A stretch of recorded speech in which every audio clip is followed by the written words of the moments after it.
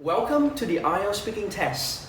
In the part 1 of the test, I'm going to ask you familiar and unfamiliar questions about yourself. So let's talk a bit about flowers then. Do you like flowers? Well, personally, I'm not much of a flower enthusiast. I don't usually thought about them a lot. But that being said, I do enjoy the beauty of it and the liveliness that they have brought to the world. Without them, the world would be, a little bit more gloomy and darker than ever. Yeah, so the world would be such a boring place without flowers, right? So, should we give the same flowers to all the special women in our future?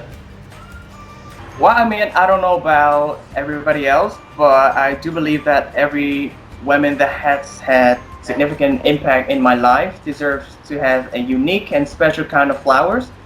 So, for example, for my mom, I would give her a white roses to, show my kind of affections and admiration for her. And on the other hand, for my girlfriend, I would give her red roses as a symbol of love and loyalty. Okay, so in terms of flowers, why do you think women like flowers more than men? Well, I think this phenomenon could boil down to a couple of reasons.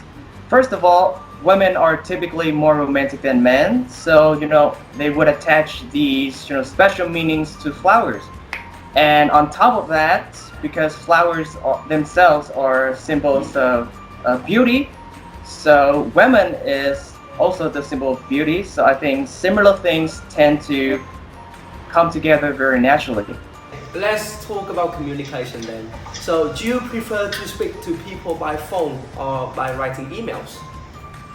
Well, each has its own perks, but I would rather use emails to contact with other people because I'm always intimidating with the fact that I have to pick up the phone and talk to someone. There's just something about it. It's very terrifying for me. So I would prefer to use emails for the most part. Okay, most people I know in my life, they would rather talk than listen. So how important you think is listening in our communication? Listening is of paramount importance. It is as important as speaking because when you're listening, you're in a process of understanding the meaning that the person you're talking with conveying to you. So, without listening, you cannot understand, you cannot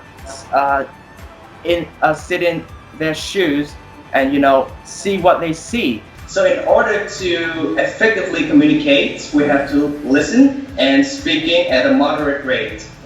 With regards to mobile phones, is there anything that you dislike about mobile phones? Well, there are a couple of things that I could say about my dislike about mobile phone. The first thing that it is very addictive.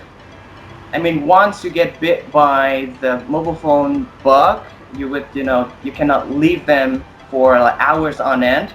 And the second thing is they cost a fortune to buy. The latest model of the iPhone costs nearly $1,000 to purchase. So I think it just doesn't worth it. Okay, cool. That's the end of part 1. Now in part 2, I'm going to give you a topic card. And you have 1 minute to prepare and then 2 minutes to actually talk about the topic. So don't worry if I stop you. The topic is describe an old thing that your family has kept for a long time. What that thing is, where it came from, and how long it has been in your family, and why your family has kept it for such a long time. Now, off you go. 1 minute.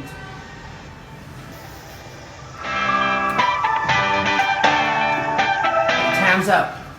The stage is yours now. Off you go. Okay, today I'm going to tell you about a significant object which has had major impact not only on my life but also on my father's and grandfather's life.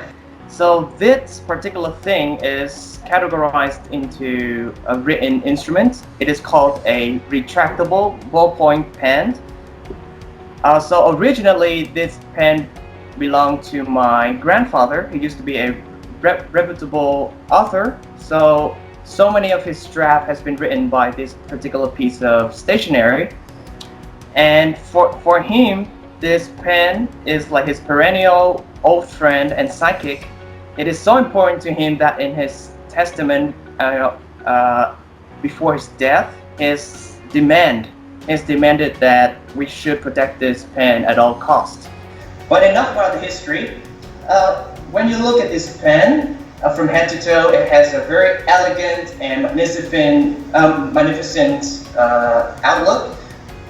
When you give it a closer look, the bowl part is made of steel, and the body is made out of hard metal. And on the body, there's some initials engraved on it. Those are my grandfather's initials, of course. And there's some other rust in it. And other people would deem it as, a worn-out piece of equipment, but our family think about it as a mark of history. And there's been so many times in my life that this pen has helped me, and I would never forget. Oh God. Okay, so my grandfather has put a lot of meaning into this, and he has given my father. And my father has given me, so I would literally keep this pen for the rest of my life. I thought you were gonna talk about the saw or like something huge, something gigantic. Yeah. Now let's move to part 3. I'm going to ask you some questions about old things. Now, what is the real value of old things? Well, I think the older the things are, the more valuable they are, right? They have historical values, emotional values, and of course material values. Like my pen that I have just discussed, it is of very high value, and it also has historical values because it has lived for a very long time, and it is something that really close to heart to my family. So it also has emotional values. So it's very endearing, right? Yeah. Okay, let's talk a bit about news then. So what do you think about violence in news broadcast? Well, I think that the amount of violence that we're witnessing on the news are alarming. I mean, more and more youngsters have been committing crime over the past few years. And I think that the government should do something to restrict this kind of like inhumane action. They should enact some law or regulation to solve this kind of phenomenon. Okay, the next question is about animal. So if you can be reincarnated in the afterlife as an animal, then well, which would it be, and why would you want to be that animal? Wow, this is such an interesting question. Well, I think that if I can be an animal in the afterlife, I would be a dragon, of course. Who won't, right? I mean, a dragon is like the most amazing creature that has ever created, and it's the symbol of power, and it is very cool in general because we've seen so many dragon in stories and films. So dragons is just my animal, that kind of thing. Yeah, and I want to be a lion, man, because I'm a huge fan of Lion King.